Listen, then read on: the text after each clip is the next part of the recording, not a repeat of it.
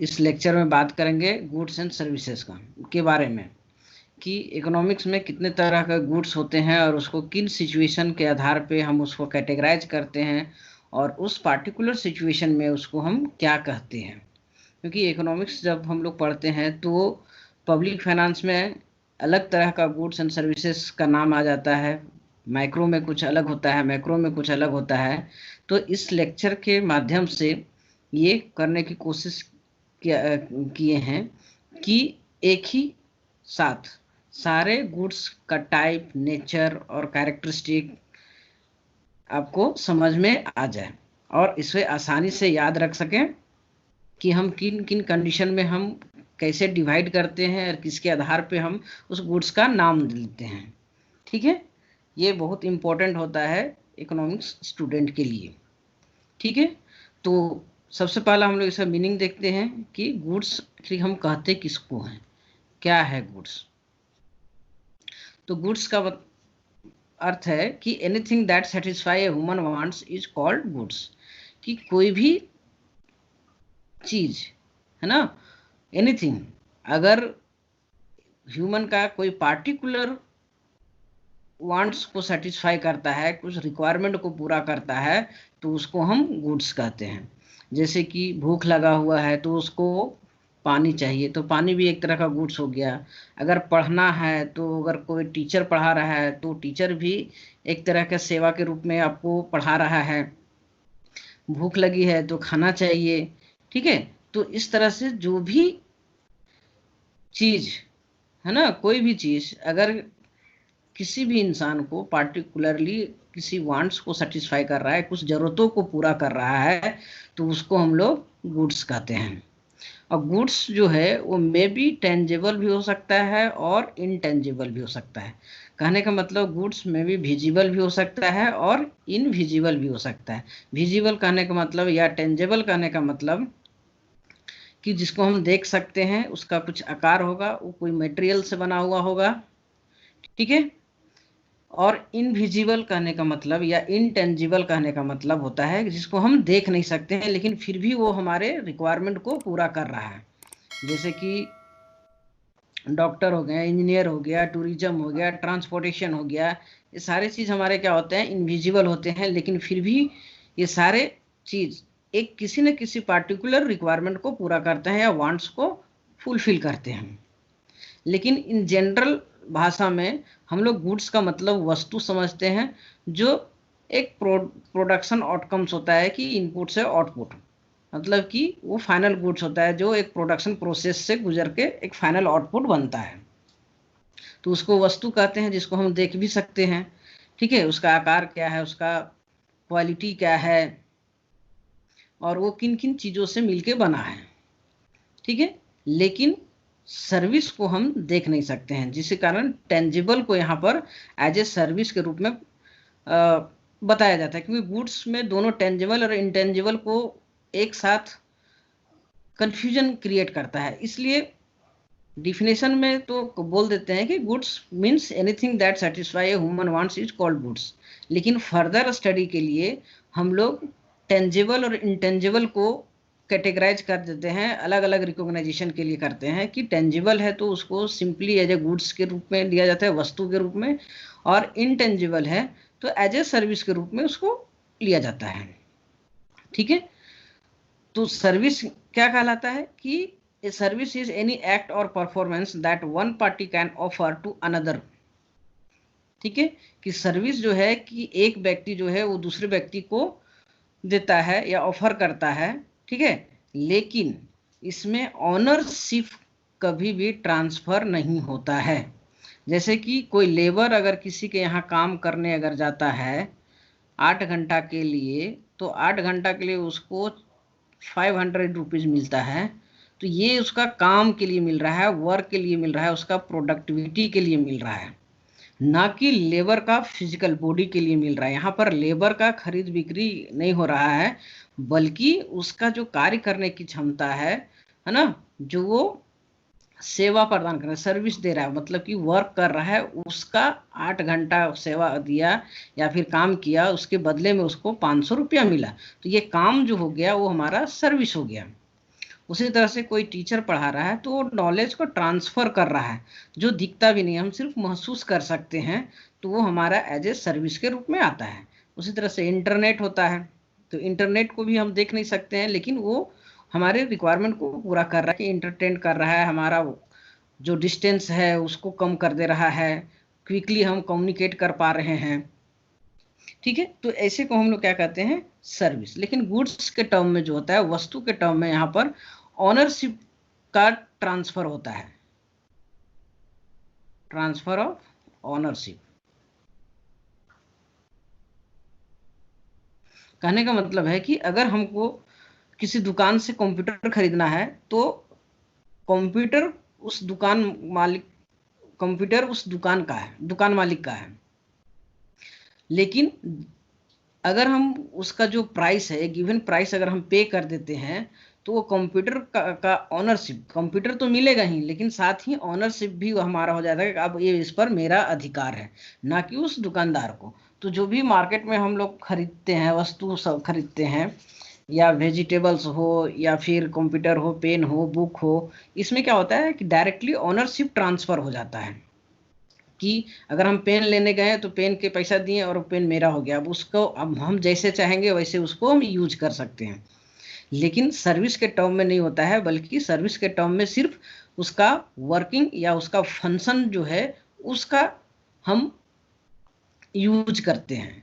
कि अगर इंटरनेट है तो वो इंटरनेट का स्पीड हम यूज कर रहे हैं, इंटरनेट का सर्विस से जो काम होता है उस चीज़ को हम उसको यूज कर रहे हैं, ना कि इंटरनेट का मालिक को हम ट्रांसफर कर दे रहा है कि ये आपका नेटवर्किंग आपका है। ठीक है, उसी तरह से कोई डॉक्टर अगर आपको चेकअप करता है, तो डॉक्टर अपना सर्विस दे रहा है, वो अपनी क्वालिटी के कारण वो आपका बीमारी को देख रहा है, ना कि और उसके बदले में आप पेमेंट दे रहे हैं। ठीक है, तो पेमेंट उसके नॉलेज के लिए दे रहे हैं, ना कि उसका फिजिकल फॉर्म के लिए दे रहे हैं। ठीक है, तो सर्विस जनरली क्या होता है, इनविजिबल होता है, उसको हम सिर्फ महसूस कर सकते हैं, और इसमें हम उसका वर्किंग को ट्रांसफर करते हैं, उसकी नॉलेज को ट्रांसफर करते हैं, उसकी क्वालिटी को ट्रांसफर करते हैं, ना कि उसका फिजिकल फॉर्म को। हम सर्विस सिर्फ महसूस कर सकते हैं, और हम अपने रिक्वायरमेंट को पूरा कर सकते हैं, जैसे कि doctor, teacher, lawyer, engineer, etcetera. अब समझने के लिए कि कितने प्रकार के गुड्स एंड सर्विसेज होते हैं, या फिर हम कैसे उसको डिवाइड करते हैं, और क्यों उसको एक ही गुड्स को अलग अलग जगह पर अलग अलग नाम दे देते हैं, तो उसको सुविधा के लिए, है ना, कन्वीनियंस के लिए इसको हमने डिवाइड कर रखा है। कि पहला सप्लाई के आधार पे, दूसरा ट्रांसफर ओनरशिप के ट्रांसफर के आधार पे, नेक्स्ट कंजम्पशन के आधार पे, ड्यूरेबिलिटी के आधार पे, टिकाऊपन के आधार पे, नीड के आधार पे, इनकम के आधार पे, प्राइस बेसिस पे, डिपेंडेंसी और क्रॉस डिमांड के आधार पे, और ownership of goods and time के आधार पे। तो एक को करके हम लोग देखते हैं कि आखिर इसके अंदर है क्या, और इसमें कौन कौन से गुड्स आते हैं। पहला हम लोग जब देखते हैं on the basis of supply, कि किसी भी वस्तु का अगर सप्लाई के आधार पे अगर हम डिवाइड करेंगे तो कौन कौन सा होगा। तो सप्लाई के आधार पे हम लोग गुड्स को दो कैटेगरीज में डिवाइड करते हैं। पहला गुड्स, तो इकोनॉमिक गुड्स किसको कहते हैं, जो ह्यूमन एफर्ट के द्वारा प्रोड्यूस किया जाता है, जो मानव के द्वारा उत्पादन किया जाता है, लैंड, लेबर, कैपिटल लगाकर उत्पादन किया जाता है। ठीक है, और जो ह्यूमन एफर्ट से प्रोड्यूस किया जाता है, वैसे गुड्स का डिमांड के अनुसार सप्लाई कम होता है, मतलब कि डिमांड ज़्यादा होता है, सप्लाई कम होती है, ड्यू टू लिमिटेड रिसोर्सेज। और जो उसको प्रोडक्शन करते हैं, तो प्रोडक्शन करने के समय प्रोडक्शन के लिए उसका कॉस्ट होता है, मतलब कि हमारा मार्जिनल कॉस्ट जीरो नहीं होता है, एडिशनल प्रोडक्शन के लिए हमको कॉस्ट पे करना होता है या कॉस्ट लगता है। और इसको हम एक गिवन प्राइस में जो मार्केट में डिटरमाइन होगा, उसको उसके आधार पे हम इसको कंज्यूम कर सकते हैं, अर्थात परचेज कर सकते हैं। ये फ्री अवेलेबल नहीं होता है। जबकि फ्री गुड्स जो होता है वो प्रोड्यूस बाय नेचर, ये प्रकृति के द्वारा ह्यूमन को फ्री ऑफ कॉस्ट दिया हुआ रहता है, फ्री गिफ्टेड होता है। ठीक है, जिसके कारण क्या होता है, इसका सप्लाई ज़्यादा होता है और डिमांड कम होता है। जैसे कि एयर, फिर रेन, ठीक है, तो एयर हमारा क्या है कि ये फ्री गुड्स है, कि हमको सांस लेने के लिए किसी को पेमेंट नहीं करना पड़ता है, बल्कि ये नेचर द्वारा फ्री में प्रोवाइड किया गया है। तो ऐसे गुड्स का प्रोडक्शन ह्यूमन एफर्ट से नहीं किया जाता है, नेचुरल वे में होता है, तो उसका मार्जिनल कॉस्ट भी नहीं होता है, और ये फ्री ऑफ कॉस्ट अवेलेबल होता है सभी के लिए। ठीक है, जबकि इकोनॉमिक गुड्स में ऐसा नहीं होता है। जैसे कि आप अगर इकोनॉमिक गुड्स का एग्जांपल देखें, तो अगर क्लॉथ है तो क्लॉथ तो अनलिमिटेड नहीं है, या फिर है भी तो आपको फ्री मिलेगा भी नहीं। ठीक है, अगर अनलिमिटेड रहता तो फिर उसका प्राइस ही नहीं बढ़ता, कांस्टेंट रहता। ठीक है, लेकिन क्या होता है कि डिमांड ज़्यादा होने के कारण, जबकि उसके तुलना में सप्लाई जो होता है कम होता है, इसलिए इसका प्राइस होता है। ठीक है, और उस प्राइस को पे करने के बाद ही वो गुड्स का हम यूटिलाइज कर सकते हैं। नेक्स्ट जो कैटेगराइज किया गया है वो ट्रांसफरेबिलिटी ऑफ ऑनरशिप, कि ऑनरशिप को ट्रांसफर के आधार पे गुड्स एंड सर्विसेज को डिवाइड किया गया है। तो ऑनरशिप का ट्रांसफर मतलब कि किसी भी वस्तु को अगर एक व्यक्ति से दूसरे व्यक्ति अगर यूज करता है तो उसका ऑनरशिप ट्रांसफर हो जाता है। कहने का मतलब अगर हम किसी से कहीं से बुक लिए हैं, तो अगर बुक का जो प्राइस है, अगर प्राइस वो पे कर देते हैं, तो पे करने के बाद वो बुक भी मेरा हो जाएगा और उस बुक पर अधिकार भी मेरा हो जाएगा। अब उसको हम जब चाहें तब हम उसको यूज कर सकते हैं या ना ही कर सकते हैं, ये मेरे ऊपर डिपेंड करता है। तो इस आधार पे इसको हम लोग डिवाइड करते हैं एक्सटर्नल और इंटरनल गुड्स। तो इसको समझने के लिए जनरली इसको हम अपना ह्यूमन बॉडी से कोरिलेट करते हैं कि out of the human body, कि ये एक्सटर्नल गुड्स जो है वो शरीर के अंदर नहीं होता है बल्कि शरीर के बाहर होता है, बाहर की चीज होती है। जैसे कि लैंड हो गया, बिल्डिंग हो गया, कंप्यूटर, पेन, सब सारा चीज हमारा क्या है, आउट ऑफ द बॉडी होता है, कि बॉडी के अंदर इनबिल्ट नहीं होता है। ठीक है, तो इसको एक्सटर्नल गुड्स को भी हम लोग दो कैटेगरी में कहते हैं, एक मटेरियल और दूसरा पर्सनल। तो मटेरियल गुड्स जो होता है वो किसी न किसी प्रोडक्शन प्रोसेस से गुजरता है और किसी न किसी फैक्टर्स ऑफ प्रोडक्शन के यूटिलाइजेशन से ही बनता है। जैसे कि या फिर उसका क्वांटिटी होता है, विजिबल होता है, क्वांटिटी होता है। ठीक है, जिसमें बुक हो गया, लैंड हो गया, बिल्डिंग हो गया, कंप्यूटर हो गया, पेन हो गया, ये सब सारा चीज क्या होता है, मटेरियल गुड्स है, किसी मटेरियल से बना हुआ होता है। और इसका ऑनरशिप ट्रांसफर होता है one person to another person. जैसे कि अगर लैंड है तो हम अपना लैंड किसी दूसरे के नाम पे अगर बेच देते हैं, तो वो पैसा दे दिया, तो अब उस पर मेरा अधिकार खत्म हो गया। अब मालिक कौन हो गया, दूसरा व्यक्ति हो गया। वो उसको यूज करे, बेचे, क्या करेगा नहीं करेगा उससे हमको मतलब नहीं है, अब ये उसका प्रॉपर्टी हो जाता है। लेकिन पर्सनल गुड्स जो होता है वो क्या होता है, किसी व्यक्ति का पर्सनल होता है, वही उस चीज को अचीव कर सकता है। ये भी आउट ऑफ द बॉडी है, लेकिन हर व्यक्ति का अपना होता है, वो अपने एफर्ट से, अपने नॉलेज से, अपने एजुकेशन से, अपना ट्रेनिंग से वो चीज को प्राप्त करता है। जैसे कि सर्टिफिकेट, कि आपको सिंगिंग का बेस्ट सिंगिंग का अवार्ड मिला हुआ है, तो वो अवार्ड आपने अचीव किया है। फिर अगर बीए किए हैं तो आपको बीए का सर्टिफिकेट मिलेगा, एमए का मिलेगा, पीएचडी का मिलेगा, डॉक्टर का मिलेगा, इंजीनियरिंग का मिलेगा, है ना। तो ये आप किसी का एक का सर्टिफिकेट अब उसको दूसरा कोई व्यक्ति यूज नहीं कर सकता है। ठीक है, तो ये नॉन ट्रांसफरेबल होता है। आउट ऑफ द बॉडी तो है, लेकिन ये हर किसी का पर्सनल होता है, जिसका हम ट्रांसफर नहीं कर किया जा सकता है। कि मेरा डिग्री है तो मेरे डिग्री के आधार पे कोई दूसरा कोई जॉब नहीं ले सकता है, अगर मिलेगा तो फ्रॉड केस में अंदर चला जाएगा। ठीक है, उसी तरह ड्राइविंग लाइसेंस किसी पार्टिकुलर व्यक्ति का एबिलिटी के आधार पर लाइसेंस प्रोवाइड किया जाता है, कि अगर उसको राइडिंग आता है, अगर बाइक का लाइसेंस है, टू व्हीलर का लाइसेंस है, तो इसका मतलब टू व्हीलर वो चलाना जानता है, तो वो वैलिड उसी के लिए होगा, बाकी दूसरे के लिए नहीं होगा। तो ये इसमें हम ट्रांसफर नहीं होता है, इसमें ऑनरशिप ट्रांसफर नहीं होता है, जिसका है उसी का रहेगा, हम बेच भी नहीं सकते हैं।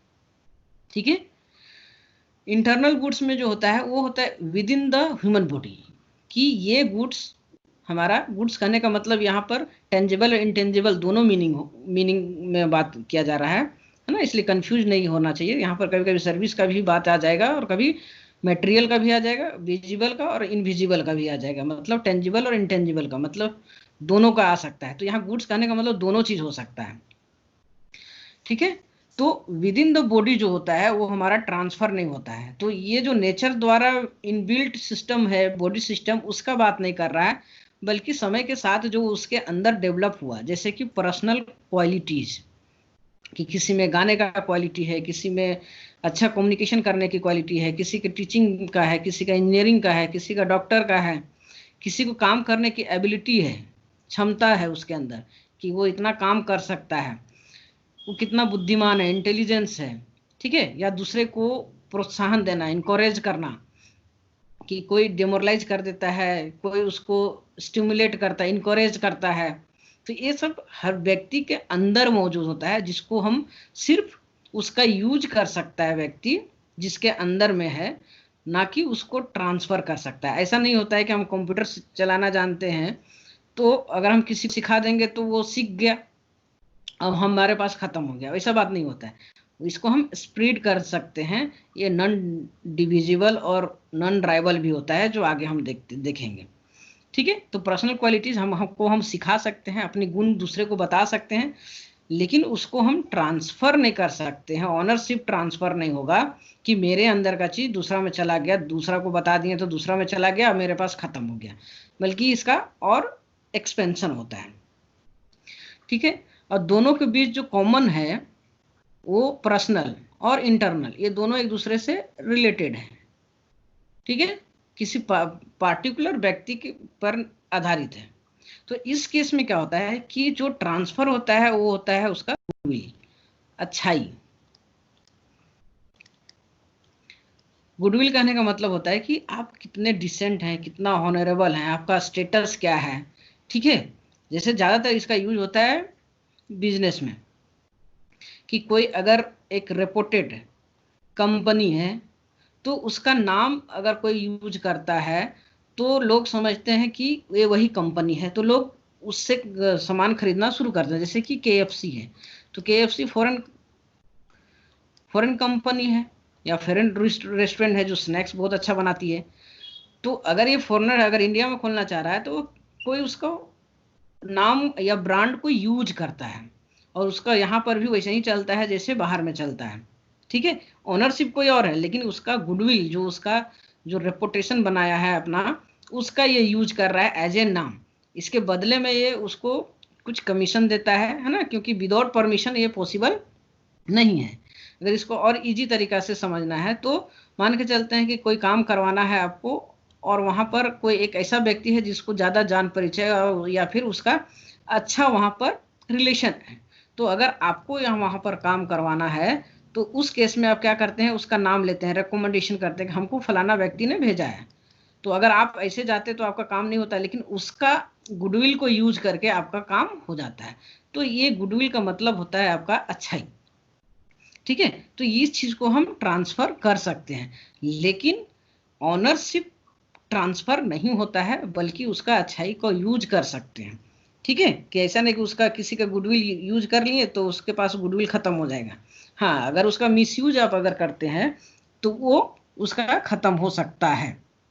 तो इसमें ट्रांसफरेबिलिटी इज पॉसिबल, लेकिन ऑनरशिप पॉसिबल नहीं होता है कि हम ऑनरशिप को ही चेंज कर दें, कि अगर हम अपना गुडविल का यूज कोई दूसरा कोई किया तो मेरा खत्म हो गया और उसका बन गया, ऐसा बात नहीं होता है। तो ज्यादातर बिजनेस में इसको देखा जाता है कि वो फ्रेंचाइजी के रूप में, ठीक है, इसका लोग यूज करते हैं, लेकिन विदाउट परमिशन नहीं, विथ परमिशन।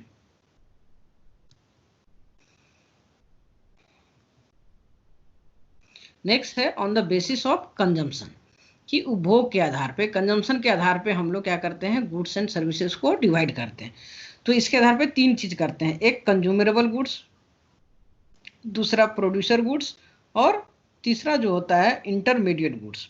तो intermediate goods basically producer goods का ही पार्ट होता है और उसी के अंदर आता है।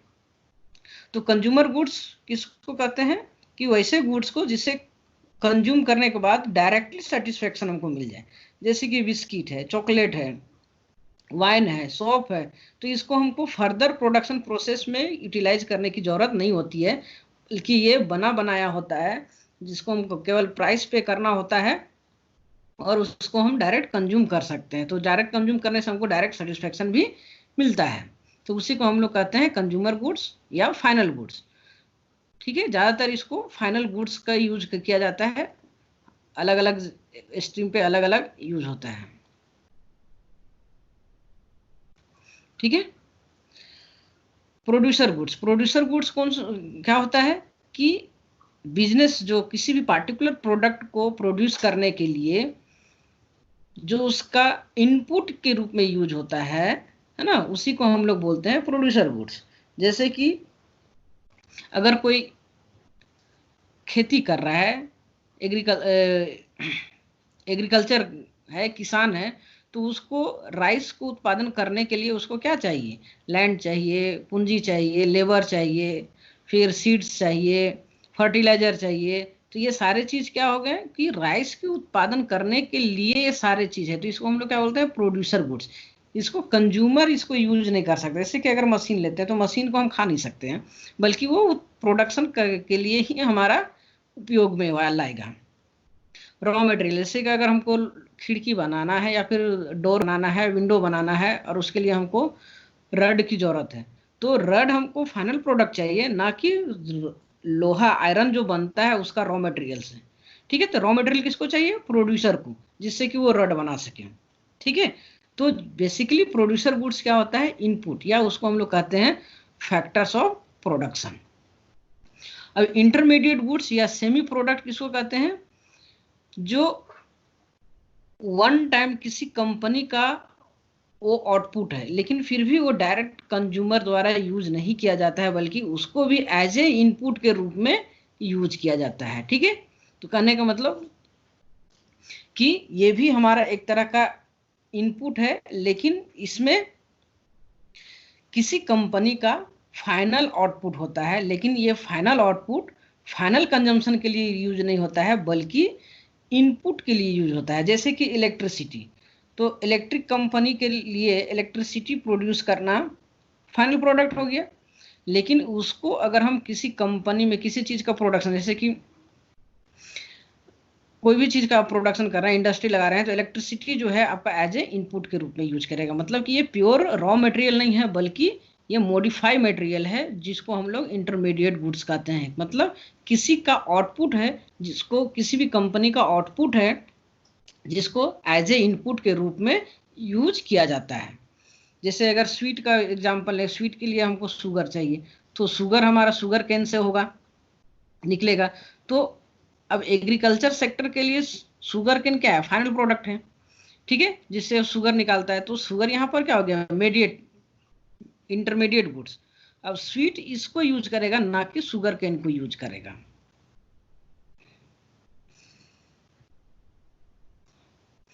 नेक्स्ट है ड्यूरेबिलिटी के आधार पे, है ना, टिकाऊ के आधार पे, कि कौन सा वस्तु कितना टिकता है, उसके आधार पे इसको हम लोग डिवाइड करते हैं, जिसको हम लोग बोलते हैं मोनो पीरियड के लिए, और दूसरा पोली पीरियड के लिए, है ना। मतलब कि एक वन टाइम के लिए यूज होता है, और एक अगेन एंड अगेन के लिए होता है, बार बार यूज करते हैं। जैसे जितने भी हमारे फूड आइटम है वो सब सारे नॉन ड्यूरेबल हैं, क्योंकि उसको हम एक बार अगर हम यूज कर लिए या कंज्यूम कर लिए, तो दोबारा उसको हम यूज नहीं कर सकते हैं। वो एक बार में एक ही वांट्स, एक ही समय के लिए वो वांट्स को फुलफिल करता है। जैसे भूख लगा हुआ तो एक बार खा लिए तो खाना उसी समय खत्म हो गया। ठीक है, दोबारा के लिए आपको दूसरा खाना ढूंढना होगा। उसी तरह से सीड्स एक बार जमीन में लगा दिए तो वो खत्म हो गया, और जब बड़ा होगा तो दूसरा लैंड में लगाने के लिए आपको दूसरा सीड की जरूरत पड़ेगा। फर्टिलाइजर भी उसी तरह से होता है।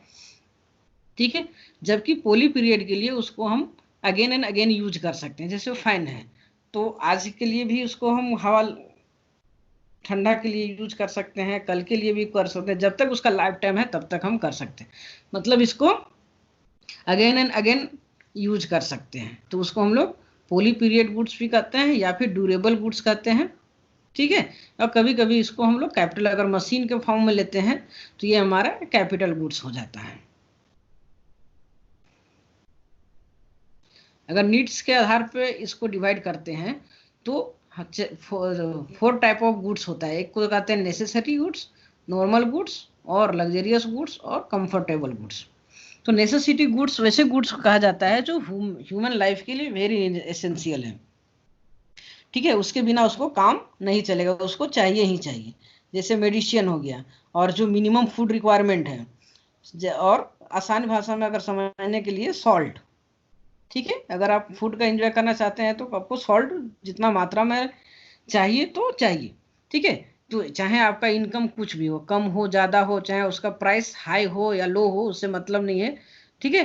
तो उसका क्वांटिटी डिमांड जो होता है कांस्टेंट होता है, क्योंकि उसको ना तो प्राइस से चेंज कर सकते हैं और ना ही इनकम के कारण वो चेंज होता है। मेडिसिन, जैसे कि अप्रोप्रिएट एग्जाम्पल की, अगर कोई व्यक्ति बीमार पड़ा हुआ है तो उसको दवाई चाहिए, तो अब दवाई, अगर जिंदा रहना है तो उसको दवाई चाहिए ही चाहिए, चाहे आप जैसे भी लाएं, चाहे उसका कीमत कितना हो ना हो, या फिर आपके पास इनकम हो या ना हो। नॉर्मल गुड बेसिकली ये भी एसेंशियल गुड्स है, लेकिन इसको कुछ हद तक हम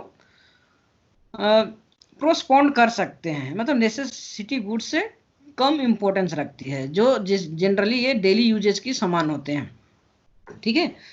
जैसे कि अगर साबुन है, तो अगर एक दिन नहीं नहाएंगे तो कोई जरूरत नहीं है कि हम, मतलब अगर एक दिन नहीं नहाएंगे तो कुछ होने वाला नहीं है, ठीक है। अगर एजुकेशन, मान के लिए इस साल अगर हम नहीं पढ़ पाए किसी कारण से, या एडमिशन नहीं ले पाए, तो उसको हम नेक्स्ट टाइम में हम क्या करेंगे, उसको कर सकते हैं। क्लोथ है कि हम एक छोटा सा, मतलब कि अकॉर्डिंग टू रिक्वायरमेंट हम इसको बढ़ा घटा सकते हैं, ठीक है। और ये डेली यूजेस बेसिस का सामान होता है, इसमें प्राइस इफेक्ट क्या होता है, नेगेटिव होता है, और इनकम इफेक्ट पॉजिटिव होता है, कि जब हाई प्राइस रहेगा तो इसका लो डिमांड होगा, ठीक है, और जब हाई इनकम होगा तो इसका ज़्यादा डिमांड होगा, ठीक है। नेक्स्ट जो है वो लग्जरियस गुड्स है। तो लग्जरियस गुड्स क्या है कि ये नेसेसरी नहीं है, ह्यूमन लाइफ के लिए नेसेसरी नहीं है, बल्कि ये सोशल स्टेटस के लिए यूज किया जाता है। अगर ये चीज़ आपके पास नहीं भी है तो उसके आपका स्टैंडर्ड ऑफ लिविंग में कोई फर्क नहीं पड़ता है, ठीक है। जैसे कि ब्रांडेड कार, अब तो एक नॉर्मल कार से भी जा सकते हैं, लेकिन ब्रांडेड कार चाहिए, आपको दिखाना है, branded watch, gold, diamond jewellery. अब डायमंड का ज्वेलरी नहीं पहनिएगा तो कोई फर्क नहीं पड़ता है, लेकिन आपको अगर समाज में दिखाना है, अपना स्टेटस मेंटेन करना है, तो ये चीज़ की जरूरत होता है, ठीक है, जिसको हम लोग सुपर फ्लोरस भी कहा जाता है ना, लग्जरियस गुड्स का। और इसमें इनकम इलास्टिसिटी जो होता है वो ग्रेटर देन 1 होता है, मतलब कि जितना लोगों का आय बढ़ता है उससे ज़्यादा इस पर खर्च करते हैं, ठीक है। अब कंफर्टेबल गुड्स होता है, ना तो वो नेसेसरी होता है और ना ही वो लग्जरियस गुड्स होता है, बल्कि ये ह्यूमन लाइफ को कंफर्ट जोन में डाल देता है, ठीक है। जैसे कि कुआं से आपको पानी भरना पड़ रहा है, ठीक है, लेकिन वहां पर आप मोटर लगा दी तो आपको वो कॉम्प्लिकेशन आपको सहना नहीं पड़ेगा, ठीक है। तो अब इसके अंतर्गत क्या हो जाता है कि ये सिर्फ ह्यूमन का यूटिलिटी को इंक्रीज करता है ना, स्टैंडर्ड ऑफ लिविंग को इंक्रीज कर देता है। जैसे कि फैन है, मिक्सी है, पहले आप हाथ से मसाला पीसते थे, अब मशीन से पीस रहे हैं, लेकिन ये लग्जरियस नहीं है, बल्कि आपके काम को आसान कर दे रहा है, कि आप गर्मी में पक रहे थे तो आपको कूलर आ गया या फिर फैन आ गया तो आपको कंफर्ट हो गए। पहले आपको इंटरटेनमेंट का कोई साधन नहीं था, तब भी जिंदा थे, लेकिन अब सब्सक्रिप्शन, अगर टीवी आ गया या उसमें चैनल है तो आप देख सकते हैं, इंटरटेन कर सकते हैं। उसी तरह से आजकल नेटफ्लिक्स, यूट्यूब, प्राइम, अमेजोन, ये सारे चीज़ है जो आपकी लाइफ को थोड़ा सा सुविधा बनाता है, आपको एंटरटेनिंग करता है, आपको कंफर्ट जोन में जाता है, ठीक है। तो इसे गुड्स को हम लोग क्या बोलते हैं, कंफर्टेबल गुड्स।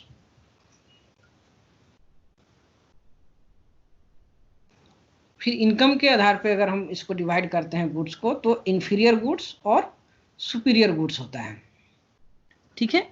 तो इन्फीरियर गुड्स कहने का मतलब है जिसमें इनकम इफेक्ट जो होता है नेगेटिव होता है, मतलब सुपीरियर क्वालिटी और इन्फीरियर क्वालिटी, अच्छा क्वालिटी और खराब क्वालिटी, एक ही गुड, एक ही रिक्वायरमेंट के लिए एक ही प्रोडक्ट, एक ही रिक्वायरमेंट को पूरा करने के लिए डिफरेंट प्रोडक्ट के बारे में ये बात करता है, कि अगर आपका आय बढ़ रहा है और उस चीज़ का आप डिमांड कम कर रहे हैं गुड्स का, तो वो इन्फीरियर हो गया, और उसके जगह पर दूसरा का यूज कर रहे हैं तो उसको सुपीरियर कहते हैं, जिसमें इनकम इफेक्ट क्या होता है, पॉजिटिव होता है, ठीक है।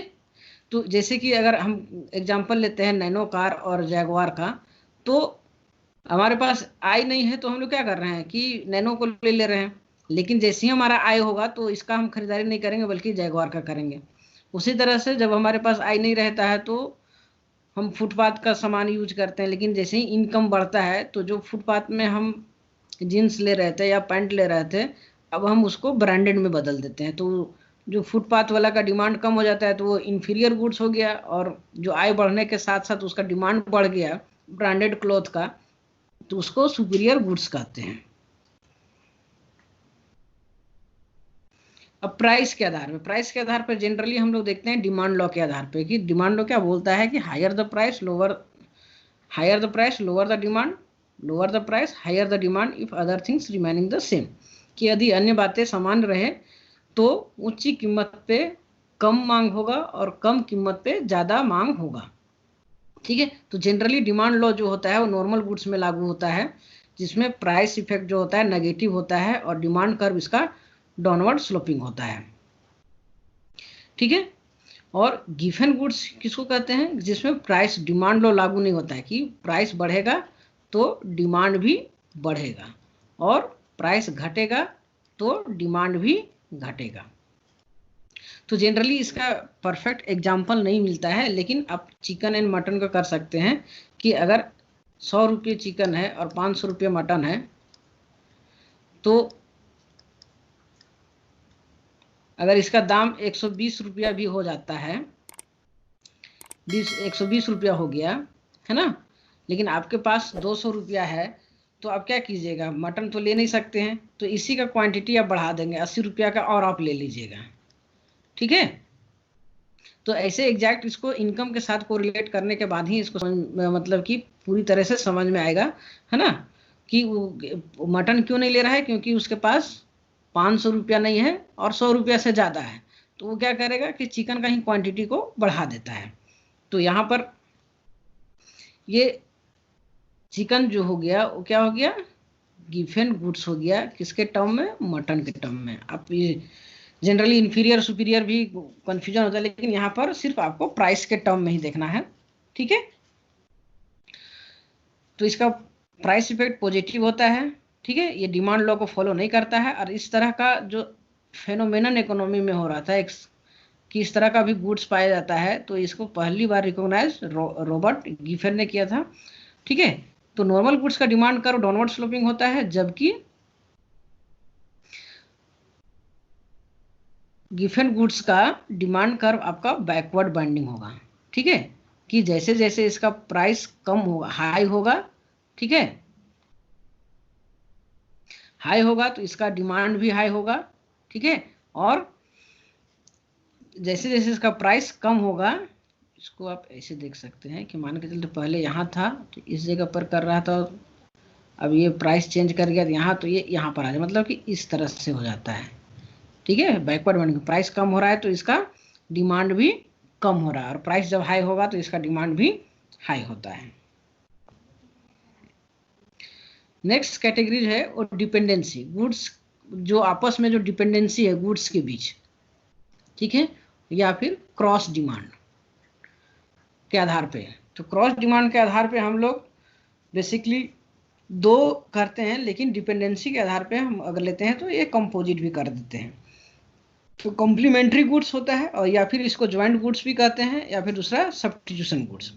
तो कॉम्प्लीमेंट्री गुड्स वैसे गुड्स को कहते हैं, वैसे वस्तुओं को कहते हैं जो किसी एक पार्टिकुलर वांट्स को सेटिस्फाई करने के लिए दोनों गुड्स का एक साथ प्रयोग करना जरूरी होता है। ठीक है, जैसे कि अगर आप चाय पीना चाहते हैं तो चाय पत्ती और शुगर एक साथ चाहिए। ठीक है, या फिर अगर मिल्क वाला टी पीना चाहते हैं तो आपको मिल्क, चाय पत्ती और शुगर तीनों चीज़ एक साथ में होना चाहिए, और एक प्रोपोर्शन में। यहाँ पर क्या होगा कि यूज करेंगे जो हम प्रोपोर्शन में यूज करेंगे, एट रैंडम नहीं। ऐसा नहीं कि एक कप चाय के लिए 1 कप चीनी नहीं दे देंगे। ठीक है, लेकिन यही चीज अगर दो गुड्स जब एक साथ यूज होता है तो उसको कॉम्प्लीमेंट्री कहते हैं जनरली। लेकिन अगर मोर देन 2 गुड्स एक साथ यूज हो रहा है किसी एक पार्टिकुलर गुड्स वांट्स को सेटिस्फाई करने के लिए या रिक्वायरमेंट को पूरा करने के लिए, तो उसको हम लोग ज्वाइंट गुड्स कहते हैं। जैसे कि अगर आपको कंप्यूटर चलाना है तो कंप्यूटर के लिए क्या चाहिए, आपको माउस चाहिए, कीबोर्ड चाहिए, इलेक्ट्रिसिटी चाहिए, वायर चाहिए, ठीक है। तो बहुत सारी चीज की आपको रिक्वायरमेंट का जरूरत पड़ता है। उसी तरह से अगर आपको इंटरनेट चलाना है तो उसके लिए आपको इंटरनेट सर्विस चाहिए, मोबाइल चाहिए। ठीक है। तो यहाँ पर मोर देन 2 गुड्स एक साथ यूटिलाइज हो रहा है किसी एक पार्टिकुलर वांट्स को सेटिस्फाई करने के लिए। सब्स्टिट्यूशन गुड्स, इसको सब्स्टिट्यूशन गुड्स वैसे गुड्स को कहा जाता है जो गुड्स तो बहुत सारे हैं, 3 हैं, 4 हैं, 5 हैं, लेकिन पांचों गुड्स एक ही वांट्स को सेटिस्फाई करते हैं, है ना। 2 और more products are used for satisfying same wants. जैसे कि अगर आपको दांत साफ करना है तो आपके लिए ऑप्शन कौन कौन सा है? कोलगेट है, बबूल है, पतंजलि है। ठीक है। तो ये सारे प्रोडक्ट है वो किसके लिए यूज हो रहा है? सिर्फ एक ही चीज के लिए, क्या? दांत को साफ करना है। तो इसके लिए आपको क्या करना होगा कि अगर 4 ब्रांड है तो चारों ब्रांड एक ही चीज को कर रहा है, वो टूथ क्लिनिक के लिए, दांत साफ करने के लिए। तो अगर कोई व्यक्ति एक को ले लेगा, ठीक है, तो दूसरा को नहीं लेगा। अगर कोई इसको लेता है तो ये सबको नहीं लेगा। मतलब एक दूसरे के बदले यूज होता है।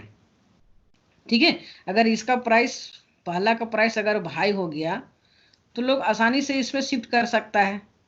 ठीक है। अगर इसका भी है तो इसमें ऑप्शन रहता है, मतलब कि अगर एक के बदले दूसरे को यूज किया जा सकता है। जैसे कि उसी तरह से नहाने के लिए हमको साबुन चाहिए, तो साबुन भी बहुत तरह का कंपनी का है, लक्स का है, डव का है, मार्गो का है। तो सबका तो यूज हम लोग एक ही चीज के लिए करते हैं, बाथिंग के लिए, नहाने के लिए। तो अब कोई लक्स लेगा तो ये दोनों नहीं लेगा, डव लेगा तो ये दोनों नहीं लेगा। कहने का मतलब कि एक के बदला हम दूसरे को रिप्लेस कर सकते हैं। अगर लक्स से नहीं नहाना, डव है तो डव से हम नहा लेंगे। किसी का प्राइस ज्यादा हो गया तो उसको छोड़ के दूसरा को हम ले लेंगे। कहने का मतलब कि एक ही वांट्स को सेटिस्फाई करने के लिए डिफरेंट गुड्स मौजूद होता है। तो वो सारे डिफरेंट गुड्स हमारा यहाँ पर कहलाएगा सब्स्टिट्यूट गुड्स, जिसको एक के बदले दूसरा को हम उपयोग कर सकते हैं।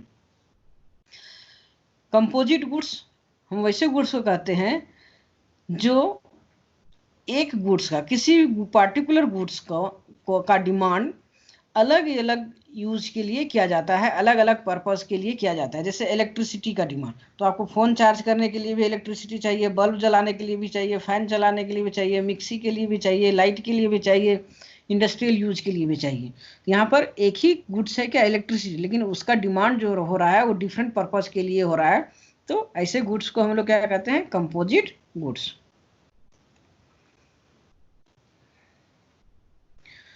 नेक्स्ट है on the basis of ownership, कि गुड्स का ऑनरशिप के आधार पे हम डिवाइड करते हैं। जैसे कि अगर इंडिविजुअल प्रॉपर्टी ऑनरशिप है तो उसको हम लोग प्राइवेट गुड्स कहते हैं, और अगर कलेक्टिव ऑनरशिप है या पब्लिक ऑनरशिप है तो उसको हम लोग पब्लिक गुड्स कहते हैं। ठीक है। तो इंडिविजुअल या फिर प्राइवेट गुड्स का के लिए दो कैरेक्टेरिया फुलफिल करना पड़ता है, या 2 कैरेक्टरिस्टिक फुलफिल करना पड़ता है। पहला है राइवल और दूसरा एक्सक्लूडेबल। ठीक है। प्राइवेट गुड्स क्या होता है? राइवल होता है और एक्सक्लूडेबल होता है। और यहाँ पर एक पर्सनल प्रॉपर्टी होता है या पर्सनल ऑनरशिप होता है, कि जिसके नाम पे वो है वही उसको यूज कर सकता है। ठीक है। उसके बारे में डिसीजन लिया जा सकता है। ठीक है। तो राइवल कहने का मतलब होता है कि ये डिविजिबिलिटी इसमें पॉसिबल है, कि एक रोटी का टुकड़ा है उसको हम 4 डिवाइड कर दिए। ठीक है। इसको आसानी से डिवाइड कर दिए।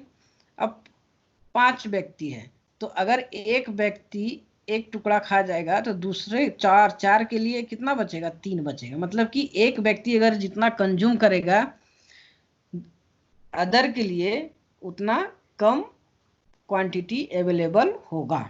इसी को हम लोग राइवल कहते हैं। ठीक है।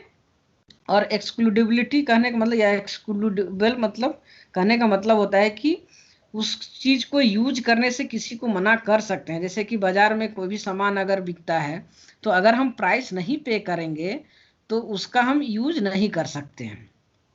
ठीक है। तो यहाँ पर एक्सक्लूडेबल है कि अगर आपको भूख भी लगा हुआ है, समोसा खाने का मन कर रहा है, लेकिन अगर आपके पास पैसा नहीं है तो समोसा खाने आप नहीं खा सकते हैं, या फिर ऑनर जो है वो आपको नहीं देगा, मतलब आपको खाने से मना कर देगा। ठीक है।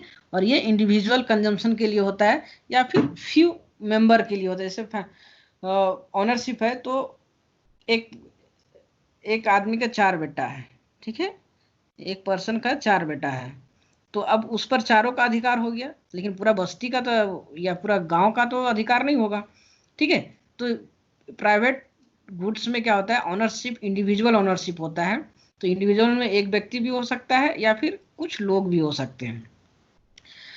वही दूसरी तरफ पब्लिक ओनरशिप में सभी का समान अधिकार होता है, जैसे कि फॉरेस्ट हो गया, रोड हो गया, ओशियन हो गया, या फिर गांव में जो है तालाब है तो वो तालाब पर साहब का सारा का अधिकार एक साथ होता है, ठीक है, कोई उसमें मना भी नहीं कर सकता है। तो ये पब्लिक गुड्स जो होता है 2 कैरेक्टरिस्टिक को फुलफिल करता है, ठीक है। पहला नॉन ड्राइबल, कि ऐसा कोई एक व्यक्ति अगर कंज्यूम करता है दूसरे के लिए उतना कम नहीं बचता है। जैसे सड़क पे अगर एक व्यक्ति चल रहा है तो दूसरा व्यक्ति के लिए उतना सड़क कम नहीं हो जाता है। पार्क में अगर कोई एक व्यक्ति जाता है तो अगर दूसरा व्यक्ति जाता है तो उसके लिए भी सारे पार्क का जो फैसिलिटी है उसके लिए भी अवेलेबल होता है। मतलब कि ये इंडिविजुअल होता है, कि पार्क को हम डिवाइड नहीं कर सकते हैं, सड़क को डिवाइड नहीं कर सकते हैं, ठीक है। तो ये नॉन ड्राइबल होता है। और नॉन एक्सक्लूडेबल, हम किसी को उस चीज को यूज करने से मना भी नहीं कर सकते कि रोड पे आप तुम मत चलो या इस जंगल में मत जाओ।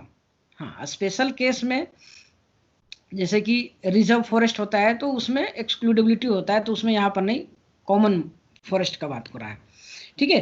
तो पब्लिक गुड्स का यूज करने से ना तो हम मना कर सकते हैं, और अगर हम यूज करते हैं तो दूसरा के लिए उतना ही बचा हुआ रहता है। जैसे कि अगर हम एयर लेते हैं तो हम एयर लेते हैं तो इसका मतलब ये नहीं कि दूसरे के लिए कम एयर बचेगा, ठीक है। और ऐसे गुड्स का या तो फ्री होगा या फिर कुछ चार्ज लगाएगा जो गवर्नमेंट द्वारा डिटरमाइन होगा, ठीक है। लेकिन प्राइवेट गुड्स का प्राइस डिटर्मिनेशन मार्केट में होगा, और ये कलेक्टिव कंजम्पशन के लिए होगा। कि रोड में जैसे एक सड़क है, ठीक है, तो उस पर 10 आदमी, 20 आदमी, 50 आदमी, 100 आदमी चल सकता है, तो एक कलेक्टिव कंजम्पशन के लिए है, एक सामूहिक रूप से कंज्यूम करते हैं। सड़क पे तो कोई एक व्यक्ति नहीं चलता है, पार्क में कोई एक व्यक्ति तो नहीं जाता है, ठीक है। और पब्लिक गुड्स को दूसरा तरह से हम ऐसे भी डिफाइन कर सकते हैं कि वैसे गुड्स जो एक समय में एक साथ सभी कोई समान मात्रा में कंज्यूम करता है। जैसे कि एयर है, तो जिस समय हम ले रहे हैं उस समय और सब कोई ले रहा है, ठीक है, और इक्वल प्रोपोर्शन में ले रहा है, ऐसा नहीं कि घट रहा है और ज़्यादा हो रहा है। उसी तरह से सड़क में या पार्क में 10 आदमी गया है तो पार्क का एंजॉयमेंट जो एक व्यक्ति ले रहा है वो सब उस टाइम पीरियड में सब कोई समान रूप से ले रहा है।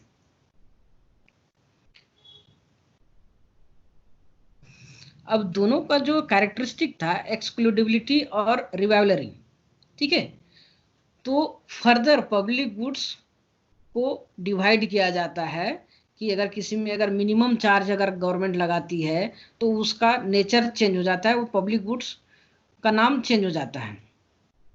अगर किसी में जगह के कारण एक्सक्लूडेबल या उस चीज को यूज नहीं कर सकता है तो उसको हम इम्प्योर गुड्स कहते हैं। लेकिन जिसमें पब्लिक और प्राइवेट दोनों का नेचर पाया जाता है तो उसको हम लोग कॉमन गुड्स या फिर मिक्स गुड्स कहते हैं। मिक्स कहने का मतलब कि प्राइवेट और पब्लिक दोनों का कैरेक्टरिस्टिक इसमें मौजूद है। जैसे कि क्लब गुड्स है ना, तो क्लब गुड्स क्या होता है, जैसे कि अब नाइट क्लब है, वहां का मेंबर अगर आप बन जाते हैं, ठीक है, तो मेंबर का जितना चार्ज है उतना आप पे कर दिए। तो ये अगर जो नहीं चार्ज करे, जो नहीं उसको जो उसका मिनिमम अमाउंट है वो पे नहीं करता है, मेंबरशिप नहीं लेता है, तो उस नाइट क्लब में नहीं जा सकता है, तो वहाँ एक्सक्लूडेबल पॉसिबल है। तो ये किसका नेचर हो गया, प्राइवेट गुड्स का नेचर हो गया, ठीक है। लेकिन आप मेंबरशिप ले लिए और वहां पर जितना भी फैसिलिटीज है सबका आप बराबर हकदार हैं और बराबर आपको यूटिलाइज करने को मिलता है। ऐसा नहीं कि दूसरा मेंबर यूज कर लिया तो आपको नहीं मिलेगा, वो ऐसा बात नहीं है। तो कहने का मतलब ये नॉन ड्राइबल है। कहने का मतलब अगर फूड है तो जितना फूड आपको मिलेगा उतना ही फूड दूसरा को भी मिलेगा, आप जितना खाना चाहिए उतना आपको मिलेगा। ड्रिंकिंग का फैसिलिटी है तो जितना भी चाहे ड्रिंक कर लें, ठीक है। तो आप अगर ज़्यादा कर लिए तो ऐसा इसका मतलब ये नहीं कि दूसरे के लिए कम बचेगा, ठीक है। तो क्लब गुड्स में क्या होता है कि दोनों का नेचर होता है, वो कैसा होता है, नॉन ड्राइबल होता है और एक्सक्लूडेबल होता है, ठीक है। कि हम उसको यूज करने से मना कर सकते हैं, लेकिन एक बार मेंबरशिप ले लेगा तो उसका जितना भी फैसिलिटी है उसको सारे फैसिलिटी को एक आप अनलिमिटेड यूटिलाइज कर सकते हैं। ठीक है, जिसका एग्जांपल है क्लब मेंबर। दूसरा जो है उसमें नॉन एक्सक्लूडेबल होता है लेकिन ड्राइबल होता है, मतलब हम उसको यूज करने से किसी को मना नहीं कर सकते हैं, लेकिन अगर एक व्यक्ति ज्यादा अगर कंज्यूम कर ले तो दूसरे के लिए कम होता है। तो ये क्लासिकल एग्जांपल है फिशरी का, कि अगर ओशियन में कोई भी कंट्री का जा सकता है, फिशिंग कर सकता है, ठीक है, कॉमनली, या फिर इसको अगर किसी गांव में तालाब है, मछली है, तो उस मछली को पकड़ने के लिए तालाब में जाने के लिए किसी का कोई रिस्ट्रिक्शन नहीं है, सब पूरे गांव के लोग इसमें मछली मार सकते हैं। तो ये क्या हो गया, नॉन एक्सक्लूडेबल के कैरेक्टरिस्टिक हो गया कि किसी को हम मना नहीं कर सकते हैं। लेकिन अगर इसमें से 100 व्यक्ति है, अगर 50 व्यक्ति ने यहाँ से मछली निकाल लिया तो 50 व्यक्ति के लिए उतना कम मिलेगा उन लोग को, मतलब कि जो मछली है, फिश है, वो यहाँ पर क्या हो सकता है, खत्म हो सकता है, कि जितना एक व्यक्ति निकालेगा उससे कम दूसरा को अवेलेबल होगा। तो इसको हम लोग क्या कहते हैं कि इसमें नॉन एक्सक्लूडेबल बट राइबल होता है, जिसमें फिशरी आता है, ठीक है, और बहुत सारा गुड्स आता है। वहीं दूसरी तरफ अगर हम प्योर गुड्स का बात करें तो ये भी प्योर गुड्स और इम्प्योर गुड्स ये दोनों ही बेसिकली पब्लिक गुड्स हैं, लेकिन थोड़े सा स्लाइटली डिफरेंट हो जाता है कि अगर पब्लिक गुड्स जो होता है, पब्लिक गुड्स जो होता है वो फ्री होता है, ठीक है, लेकिन अगर उसमें मिनिमम चार्ज लगा दिया जाए, मिनिमम चार्ज लगा दिया जाए तो वो प्योर गुड्स हो जाता है। कहने का मतलब अगर पब्लिक गुड्स है तो नॉन ड्राइवल है और नॉन एक्सक्लूडेबल है, लेकिन अगर उसमें सरकार थोड़ा प्राइस चार्ज कर देती है, ठीक है, कि अनलिमिटेड है, एक यूज करेगा तो दूसरे के लिए कम नहीं बचेगा और जितना चाहे उतना यूटिलाइज कर सकता है, लेकिन अगर उस पर कुछ प्राइस लगा देगा तो इसमें मे बी एक्सक्लूडिबिलिटी पॉसिबल हो जाता है कि अगर जो व्यक्ति उस प्राइस को पे नहीं करेगा तो उसका यूज नहीं कर सकता है, जैसे कि टोल टैक्स, ठीक है। तो अगर रास्ता है, यहाँ पर टोल गेट है, तो उस केस में यहाँ पर टोल टैक्स पे करना होगा। तो जनरली टोल टैक्स 4 व्हीलर से शुरू होता है, तो अगर 4 व्हीलर वहाँ टोल टैक्स पे कर दिया तो अनलिमिटेड जहाँ तक उसका लिमिट है वहाँ तक वो राइडिंग कर सकता है, चाहे स्पीड में करे, जो भी करे, ठीक है। तो उसका राइडिंग से या फिर राइडिंग से दूसरा का तो कम होगा नहीं, लेकिन जो व्यक्ति इस प्राइस को पे नहीं करेगा उसको इस रोड से जाने का अधिकार नहीं होगा। मतलब कि यहाँ पर प्राइस पे नहीं करने के कारण एक्सक्लूडिबिलिटी जो होता है वो पॉसिबल हो जाता है, ठीक है। लेकिन ऐसे गुड्स में एक प्रॉब्लम एराइज होता है जिसको हम लोग कहते हैं फ्री राइडिंग प्रॉब्लम, ठीक है। फ्री राइडिंग प्रॉब्लम कहने का मतलब क्या है, उस रोड से तो 2 व्हीलर भी पार हो रहा है, पैदल भी जा रहा है, लेकिन उन लोग से नहीं लिया जाता है। जनरली प्राइस जो लिया जाता है वो किसके लिए, कॉस्ट कवर के लिए, ठीक है। तो जो उसको यूज करेगा वो उसका पे करेगा, उसका प्राइस को पे करेगा, ताकि उसका कॉस्ट ऑफ प्रोडक्शन जो है वो रिकवर हो जाए। लेकिन इस केस में क्या होता है कि कुछ लोग पे नहीं करते हैं या फिर उस कैटेगरी से एक्सक्लूडेड रहते हैं, तो उसी कारण से जिन लोग पे नहीं करता है लेकिन फिर भी उस गुड्स एंड सर्विसेज को यूटिलाइज कर रहा है तो इसी केस में फ्री राइडिंग प्रॉब्लम अराइज होता है, ठीक है। और इम्प्योर गुड्स में क्या होता है कि इसमें भी क्या होता है, मिनिमम प्राइस चार्ज होता है, ठीक है।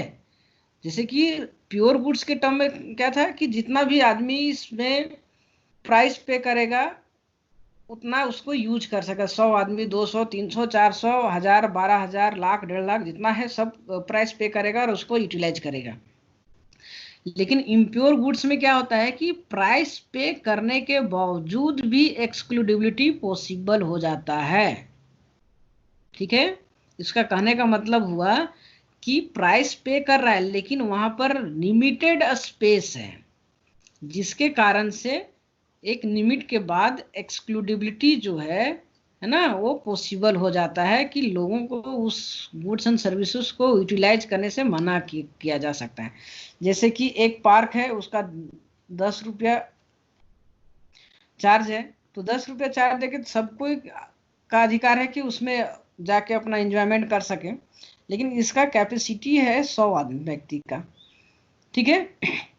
अब 101 व्यक्ति जो एक्स्ट्रा एक व्यक्ति आया वो भी पे करना चाह रहा है और इस गुड्स का यूटिलाइज करना चाह रहा है, इस पार्क में जाकर एंजॉयमेंट करना चाह रहा है, लेकिन यहाँ जगह नहीं होने के कारण इसको एक्सक्लूड किया जाता है, बल्कि इसको इस गुड्स को यूज करने से मना किया जाता है। तो इस केस में ऐसे गुड्स के साथ हम लोग क्या करते हैं, इम्प्योर गुड्स, जैसे कि पार्क हो गया, है ना, अगर सिनेमा घर है तो वो भी इसमें आ जाएगा सीट फुल होने के कारण, ठीक है। वही नेक्स्ट जो पब्लिक गुड्स का ही 2 पार्ट होता है जिसको हम लोग कहते हैं मेरिट गुड्स, ठीक है, और इसी का जस्ट अपोजिट होता है डिमेरिट गुड्स। तो मेरिट गुड्स का कॉन्सेप्ट कौन दिया था, रिचर्ड मुस्ग्रेव, है ना। और मेरिट गुड्स कोई भी गुड्स हो सकता है ना, जो एसेंशियल है।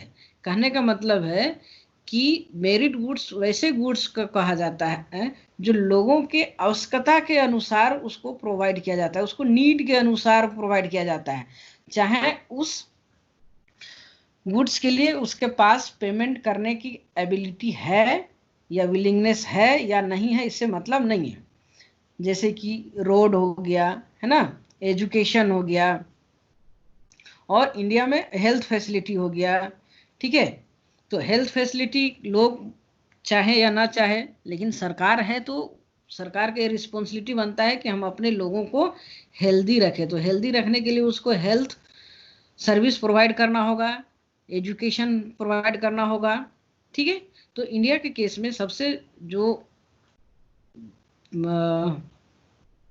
बेस्ट एग्जांपल है वो PDS system, public distributing system. इस केस में क्या होता है कि जिन लोगों के पास पैसा नहीं है, वो मार्केट से एक्सेस नहीं कर सकते हैं, या बीपीएल जिसको हम लोग कहते हैं, तो उन लोगों के लिए किरोसिन तेल, राइस, है ना, दाल, कपड़ा, ये सब प्रोवाइड किया जाता है। तो ये यहाँ पर क्या कहलाएगा, मेरिट गुड्स, क्योंकि उन लोग के पास एबिलिटी नहीं है कि वो मार्केट में जाके उस वस्तु को खरीद सके, ठीक है।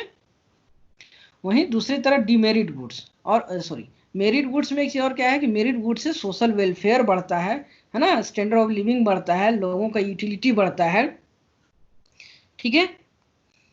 और डिमेरिट गुड्स जस्ट उसका ऑपोजिट है कि डिमेरिट गुड वैसे गुड्स हैं जिसको कंज्यूम करने के बाद सोसाइटी या व्यक्ति को नुकसान हो सकता है, ठीक है।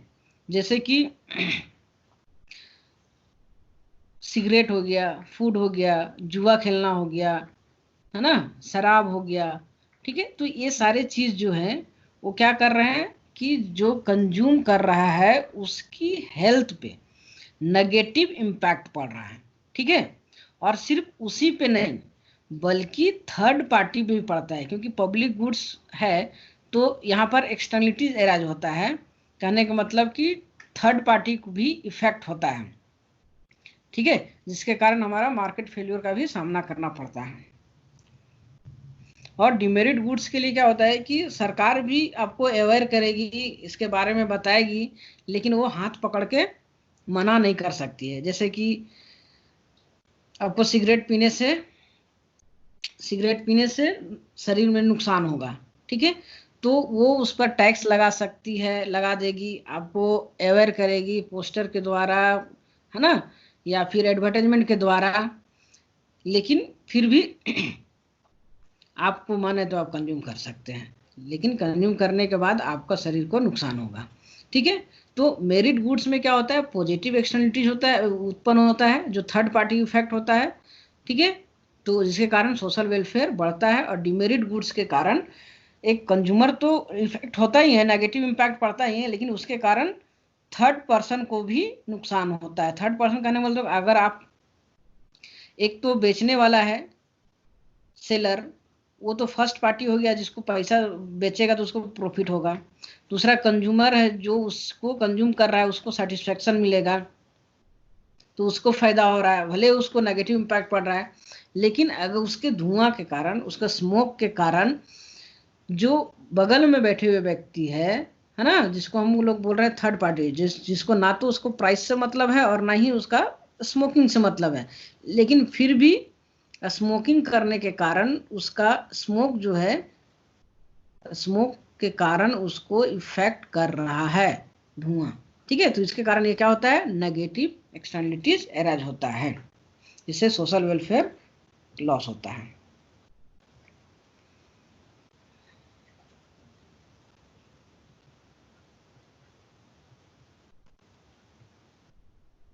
ठीक है, लास्ट जो है वो है हमारा on the basis of time और एडजस्टमेंट ऑफ सप्लाई। तो इस केस में 3 तरह का गुड्स होता है, जिसको पहला बोलते हैं पेरिसेबल गुड्स या वेरी शॉर्ट पीरियड गुड्स, दूसरा शॉर्ट टर्म गुड्स और तीसरा लॉन्ग टर्म गुड्स। ठीक है, तो पेरिसेबल गुड्स किसको कहते हैं, जिसका सप्लाई परफेक्टली इनइलास्टिक होता है, मतलब कि उस जिसका सप्लाई हम नहीं बढ़ा सकते हैं। और ऐसे गुड्स जो होते हैं वो तुरंत खराब होते हैं। ठीक है, जैसे कि मिल्क है, तो हम इसको 1 से 2 दिन नहीं रख सकते हैं, और उसका हम क्वांटिटी भी नहीं बढ़ा सकते हैं कि एक बार जितना कैपेसिटी है, मान के लिए 100 पैकेट का मिल्क प्रोड्यूस करने का कैपेसिटी है, तो वो 100 ही करेगा, ना तो उसको कम घटा सकता है ना तो बढ़ा सकता है। अगर डिमांड बढ़ भी जाता है फिर भी वो सप्लाई नहीं बढ़ा सकता है। ठीक है, क्यों नहीं बढ़ा सकता है, क्योंकि उसको उतना ही कैपेसिटी डेवलप करता है जितना उसका रिक्वायरमेंट होता है। अचानक बढ़ जाने के बावजूद भी उसको वो बढ़ा नहीं सकता है, क्योंकि वो तुरंत खराब हो जाता है, और अगर उसको मेंटेन करना है तो उसको ज़्यादा कॉस्ट पड़ता है, जैसे रेफ्रिजरेटर का। तो जितने भी सामान है, जैसे मिल्क हो गया, ब्रेड हो गया, ये सारे चीज़ क्या होते हैं, क्विकली स्पॉइल्ड हो जाते हैं, जिसके कारण इसको पेरिसेबल गुड्स कहते हैं, और सप्लाई इसका इन इलास्टिक हो जाता है, परफेक्टली इन इलास्टिक होता है। ठीक है, और अगर इसका प्रोडक्शन बढ़ाना चाहेगा तो इसका मार्जिनल कॉस्ट जो होता है वो इन्फिनिटिव हो जाता है। कहने का मतलब कि 100 का कैपेसिटी अब डेवलप करके रखा है, ठीक है, तो सारे यूटिलाइज हो रहा है। अगर एक एक्स्ट्रा बनाना होगा तो फिर से सारा प्लांट लगाना होगा, तो एक 20 रुपया पैकेट के दूध के लिए उसको कम से कम 20 करोड़ का प्लांट लगाना होगा। तो यहाँ पर क्या हो जाएगा कि मार्जिनल कॉस्ट जो होता है वो इन्फिनिटी हो जाता है, जिसके अंदर का वेजिटेबल, मिल्क, ब्रेड, ये सब चीज आता है। शॉर्ट टर्म गुड्स जो होता है, जिसका सप्लाई को हम कुछ एडजस्ट कर सकते हैं, ठीक है, जिसमें ये तुरंत खराब नहीं होता है, और स्टोरेज की फैसिलिटी भी हम इसको रख सकते हैं। जैसे कि जनरली अगर हम राइस का बात करते हैं, तो राइस हो गया, टमाटो हो गया, ओनियन हो गया, तो ओनियन के केस में ज़्यादातर देखने को मिलता है कि अचानक से उसका प्राइस बढ़ जाता है। ठीक है, क्योंकि ओनियन का जो सप्लाई होगा एक टाइम इंटरवल के बाद ही होगा। ठीक है, एक समय तक, 1 साल के बाद ही होगा, तो सप्लाई जो है यहाँ पर क्या रहता है, कांस्टेंट होता है। लेकिन लोग क्या करते हैं कि जिसमें उसका प्रोडक्शन होता है उसमें कुछ सामान, कुछ क्वांटिटी स्टोर करके रखते हैं। जब प्राइस बढ़ जाता है, ठीक है, तो जब प्राइस बढ़ जाता है तब उसको सप्लाई बढ़ा देते हैं। ठीक है, तो इस केस में हम लोग डिमांड लॉ, इसमें इसके कारण शॉर्ट टर्म गुड्स में ही हमारा डिमांड लॉ भी लागू होता है, क्योंकि डिमांड लॉ तभी लागू होगा जब आपका सप्लाई कांस्टेंट होगा। ठीक है, और कुछ हद तक एडजस्टेबल होगा, कि अगर डिमांड बढ़ रहा है तो प्राइस बढ़ेगा, और प्राइस बढ़ेगा तो उसको हम सप्लाई पॉसिबल होगा। ठीक है, लॉन्ग टर्म गुड्स कहते हैं जिसमें परफेक्टली एडजस्टेबल होता है। कहने का मतलब कि अगर हम एक विद इन द 1 ईयर लेते हैं तो उसमें परफेक्टली हम किसी भी गुड्स का सप्लाई को एडजस्ट नहीं कर सकते, क्योंकि प्रोडक्शन में टाइम लगता है, 1 ईयर 2 ईयर जैसा गुड्स है। लेकिन अगर लॉन्ग टर्म का बात करें तो शॉर्ट टर्म में फ्लक्चुएट होगा, लेकिन लॉन्ग टर्म में फिर सप्लाई बढ़ जाएगा तो फिर वो मेंटेन हो जाएगा। तो जनरली इसको एडजस्टमेंट के आधार पे इसको डिवाइड करते हैं, है ना, कि पेरिसेबल गुड्स जो होता है क्विकली डिस्ट्रॉय हो जाता है, जिसके कारण इसको सप्लाई परफेक्टली इनइलास्टिक होता है। शॉर्ट टर्म गुड्स वैसे गुड्स आते हैं जिसको हम 1 साल विद इन द 1 ईयर हम रख सकते हैं, और ये क्विकली डिस्ट्रॉय नहीं होता है। और लॉन्ग टर्म गुड्स वैसे कहते हैं जिसको लॉन्ग टर्म में, है ना, जिसको हम सप्लाई को एडजस्ट कर सकते हैं। तो जब एडजस्ट कर सकते हैं तो इस केस में प्राइस रिमाइन सेम रहेगा, कांस्टेंट रहेगा, और सप्लाई ऑफ गुड्स जो होगा वो परफेक्टली एडजस्टेबल होगा लॉन्ग टर्म गुड्स के लिए। जबकि शॉर्ट टर्म में क्या होगा, स्मॉल एडजस्टमेंट ऑफ सप्लाई, ठीक है,